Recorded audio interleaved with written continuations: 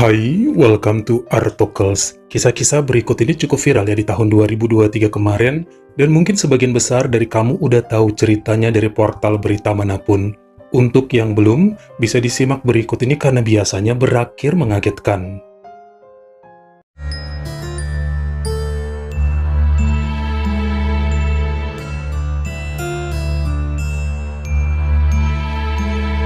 Ninoy Aquino International Airport yang ada di Pasay Metro Manila, negara Filipina, memiliki label sebagai bandara paling buruk di dunia. Hal ini dinilai berdasarkan seringnya pesawat delay, pelayanan serta kondisinya yang dianggap kurang bersih untuk kelas internasional. Ada kejadian mengagetkan pada bulan September 2023 kemarin yang cukup menjadi pukulan besar bagi dunia penerbangan, khususnya di wilayah Asia. Seorang calon penumpang asal Cina yang akan terbang di bandara tersebut bernama Mr. Chai, awalnya terlihat menunggu sendirian di salah satu tenan makanan di situ. Dia mengalami delay yang seharusnya flight jam 6 sore, diundur sampai ke jam 8 malam. Itu pun harus diundur lagi sampai ke jam 9, karena maintenance apalah yang membuat dirinya sempat kesal, dan beberapa penumpang lain juga marah-marah. Namun cuma dikasih ganti rugi kue kotak sama seperti di Indonesia. Dikatakan Mr. Chai kemudian ada kebutuhan mendadak yang membuatnya harus keluar lagi dari bandara, lalu menemui salah satu anggota keluarganya di parkiran Ninoy Aquino Airport. Waktu masuk lagi pada pukul 8:18 malam, dia terpaksa harus melewati jalur pemindaian barang dan tubuh untuk kedua kalinya. Dia disuruh untuk melepaskan tas pinggang yang saat itu digunakan, ditaruh di mesin X-ray, lalu berjalan melewati gate scanner. Saat akan mengambil kembali tas pinggang yang baru keluar dari mesin X-ray, Mr. Chai ngerasa curiga dengan kondisi tas pinggangnya. Resletingnya terbuka, dan saat mengecek dompet di dalamnya juga terlihat menganga, seperti habis dirogoh-rogoh. Dicek dong isinya, dan benar aja dia kehilangan 3 lembar uang $100 dari sana, lalu langsung mencak-mencak pada petugas screening. $300 lenyap dalam hitungan detik saat pemeriksaan, hingga langsung yang melapor pada supervisor, operator, dan otoritas bandara. Pemeriksaan pun dilakukan dan kenyataannya cukup mengagetkan saat berita ini menjadi sangat viral di portal berita maupun sosial media.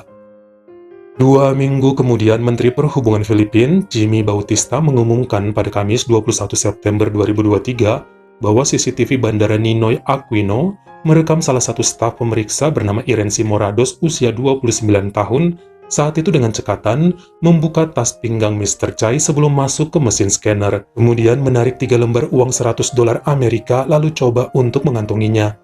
Namun karena Mr. Chai ribut teriak-teriak, nampaknya Irensi panik takut diperiksa kantongnya. Salah seorang operator scanner lainnya yang bernama Regino Allen memberikannya sebotol air mineral secara tersembunyi, dan langsung si Irensi berbalik badan serta mencoba untuk menelan 3 lembar dolar tadi ke dalam mulutnya dengan bersusah payah sambil terus menengguk dengan air. Sepertinya nggak sadar, justru sebaliknya dia tuh menghadap ke kamera CCTV yang merekam jelas aksinya tersebut. Bahkan setelah Mr. Chai mencak-mencak protes, sang supervisor, Abraham De Luna, sempat mengkonfrontasi Irensi yang nampak tersedak dan susah ngomong karena habis nelan duit tadi. Awalnya bahkan ngaku nggak tahu apa-apa tentang dolar yang hilang serta mengatakan bahwa benda yang ditelannya hanyalah sebatang coklat manis sambil terus menutupi mulutnya dengan sapu tangan. Mungkin bagi sebagian orang duit segitu nggak besar jumlahnya, $300, sekitar 4,6 juta rupiah. Namun ini merusak citra pihak keamanan bandara di Filipina. Makin panjang aja daftar keburukan Ninoy Aquino Airport sampai-sampai ya, Bapak Jimmy Bautista meminta maaf mengenai peristiwa tersebut. Baik Irensi Morados dan sang operator mesin scanner, Regino Allen, diberhentikan langsung dari tugasnya. Dan menurut yang saya baca, keduanya hanya menerima hukuman ganti rugi. Sebenarnya sang supervisor, Abraham De Luna, juga sempat dicurigai ikut terlibat. Soalnya itu kan wilayah pengawasannya. Masa dia nggak punya CCTV untuk ngontrol kinerja bawahan atau ngelihat langsung di lapangan? Namun karena nggak ada bukti beliau terlibat dalam kejadian ini, makanya tidak ikut dipecat. Cuma dipindahkan saja ke bagian lain di bandara tersebut. Jadi hati-hati ya buat kamu yang mau bepergian dengan pesawat untuk selalu mawas diri dan mata selalu jeli lihat kanan kiri. Jaga bawaan masing-masing. Oh iya, untuk tahun 2023 aja, Bandara Ninoy Aquino ini sudah 3 kali kejadian serupa. Sebelumnya ada turis asal Thailand yang duitnya tuh hilang dari dompet, dan juga pengunjung asal Cina yang jam tangannya diambil. Semua dilakukan oleh pihak pemeriksaan barang dan scanner operator di bandara tersebut.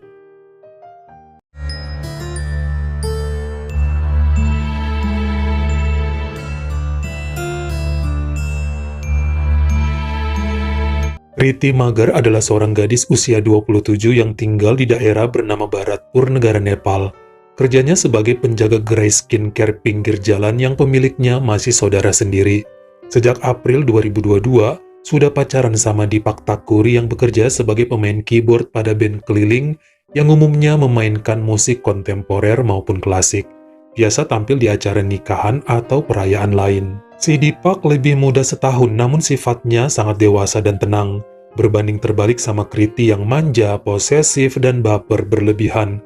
Menurut teman-temannya, cewek itu suka menguji kesetiaan Deepak dengan berpura-pura sebagai cewek lain, menggunakan nomor handphone gak dikenal, lalu ngajak untuk kenalan, goda-godain dan pakai foto palsu super cantik untuk ngelihat seberapa besar rasa cinta pemuda itu. Terbukti emang Deepak setia dan tidak tergoda. Biasanya Kriti langsung seneng. Ini sering dilakukan dan cowok tersebut juga udah tahu ceweknya yang ngerjain. Tapi emang dia sayang, ya nggak bakal tergoda pastinya. Awal Juli 2023, ternyata keisengan Kriti mulai lagi dengan mengajak Deepak putus. Karena cewek itu katanya mencintai lelaki lain yang lebih tampan dan kaya. Sebenarnya Deepak udah tahu bahwa ini cuma bohongan, sebab pernah gitu juga ngomongnya. Lagian ada yang ngasih tahu ke dia bahwa si Kriti bakal ngajak pura-pura putus. Karena pemuda itu paham bahwa ceweknya berharap dia nangis dan memohon-mohon supaya tetap pacaran, ya dilakukan sama Deepak. Dia nangis di pangkuan Kriti, dia menyembah di kaki ceweknya dengan harapan tidak ditinggalkan. Tapi saat itu Kriti pura-pura pada pendiriannya bahwa akan tetap putus, karena ada lelaki yang lebih baik dari Deepak secara tampang dan isi dompet. Selama 2 hari sama sekali Kriti nggak mau jawab SMS, nggak mau angkat telepon, ataupun didatengin ke rumahnya nolak untuk ketemu. Main drama dia. Makanya di hari ketiga, Deepak mulai cuek karena kebetulan saat itu emang lagi banyak latihan untuk penampilan grup band mereka. Yang ada Kriti kesel saat SMS dan telepon gak ada sama sekali dari kekasihnya. Cewek tersebut pun mendatangi kediaman pacarnya pada 23 Juli 2023 dan hanya bertemu dengan ibu serta ayahnya Deepak yang bernama Puri dan Raju karena cowoknya lagi kerja. Bahkan mamanya sempat bilang, "Loh katanya kalian putus ya?" Dengan dijingkrakan Kriti ngomong bahwa dia cuma mau ngerjain Deepak aja kok. Sebenarnya nggak ada cowok lain di dunia ini yang dicintainya selain Deepak. Makanya mau ngasih kejutan bahwa ini semua cuma prank. Di hari itu ditungguin ya sampai sore Deepak pulang dari kerja. Kriti sempat bingung mau ngumpet di mana hingga melihat sebuah tong biru di dekat sumur halaman belakang lalu masuk ke sana. Dia udah kasih kode sebelumnya pada ibunya Deepak supaya entar mengarahkan ke situ. Makanya saat pemuda tersebut datang, Bu Puri ngomong, ada kejutan tuh di tong belakang. Didatengin sama Deepak dan voila, ceweknya muncul senyum lalu memeluk si kekasih sambil mengatakan bahwa semua hanyalah prank semata. Sebab bagaimanapun dia sangat mencintai Deepak, serta berharap bisa menjadi istrinya segera. Tapi namanya cewek seperti Kriti adalah tipe yang harus diucapin sayang dan cinta setiap hari. Pengen jadi pusat pujian dari Deepak setiap detik. Sementara kematangan yang dimiliki sama pria itu nggak mewajibkannya harus selalu ngucapin cinta tiap saat. Tahu sama tahu aja. Makanya di awal Agustus 2023, Kriti mulai lagi berulah dengan bilang bahwa kedua orang tuanya telah ngejodohin dia dengan juragan minyak goreng. Jadi hubungan pacaran mereka ya harus putus sekarang juga. Diiyain aja sama Deepak. Tapi tetap dia pura-pura nangis, ngirim SMS dan telepon mohon balikan, serta semua hal yang emang diharapkan sama Kriti. Namun perempuan itu nyuekin dia selama 2 hari karena emang pengen banget dikejar-kejar. Sampai pada Selasa siang 8 Agustus 2023 datang lagi cewek tersebut ke rumah pacarnya saat Deepak masih di luar dan bertemu dengan Ibu Puri. Namun saat itu kebetulan nih, mamanya Deepak mau keluar ada urusan. Tapi Kriti sempat cerita drama barunya tentang mau dijodohin yang ternyata cumalah prank dan sekarang mau ngasih kejutan lagi sama pacarnya. Niatnya sih mau ngumpet di tong biru di belakang lagi. Tapi siapa yang info kalau dia ada di sana entar jika Ibu Puri mau pergi? Ibu itu bilang ya ngumpet di belakang pintu aja lah biar langsung ketahuan. Namun Kriti bilang kurang seru.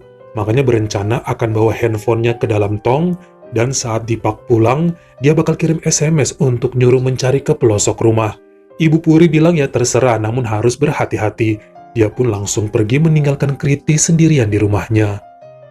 Sekitar jam 5 sore, Deepak pun pulang dan gak ada siapa-siapa. Tapi dia tahu bahwa orang tuanya emang sedang ada urusan di hari itu. Makanya kemudian mandi, lalu tertidur di sofa depan TV selama beberapa jam. Malamnya sekitar jam 8, dia terbangun. Ternyata bapak dan emaknya udah pulang. Mereka nanyain di mana si Kriti, apa udah balik ke rumahnya. Deepak heran karena dia nggak ketemu ceweknya dan nggak ada kabar apa-apa juga. Ibu Puri pun kaget dan langsung menuju halaman belakang namun tidak melihat salah satu tong biru di mana seharusnya di situ ada 3 tong. Mereka cukup keheranan. Apakah mungkin si Kriti langsung pulang lalu ngebawa tong begituan tanpa bertemu Deepak? Buat apa coba? Mau dijual ke Botot? Bahkan kemudian Pak Raju ngomong, seharusnya tong biru yang hilang itu berisi 3 ekor katak hidup yang baru ditangkapnya semalam. Kemana perginya itu semua? Si Kriti, tong biru, dan 3 katak. Menjelang tengah malam, Deepak dihubungi oleh orang tua dan kakaknya Kriti yang mencari keberadaan wanita tersebut.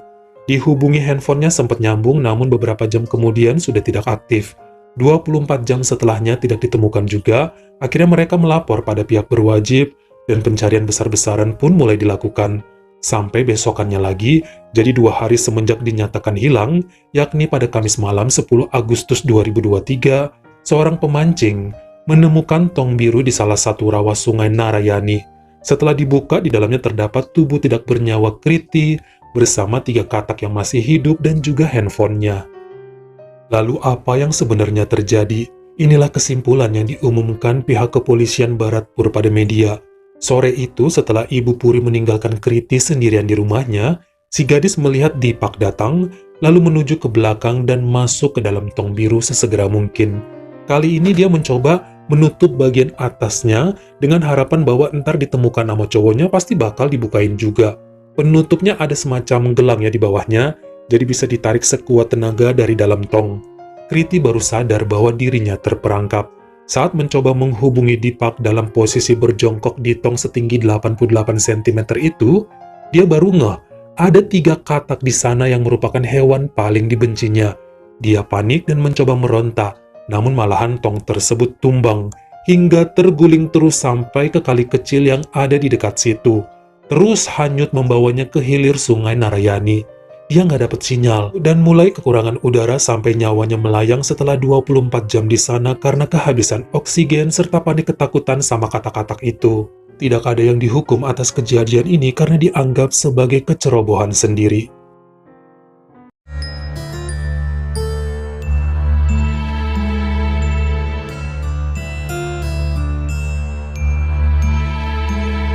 Masih kejadian di tahun 2023 dan kali ini menuju ke negara Rusia.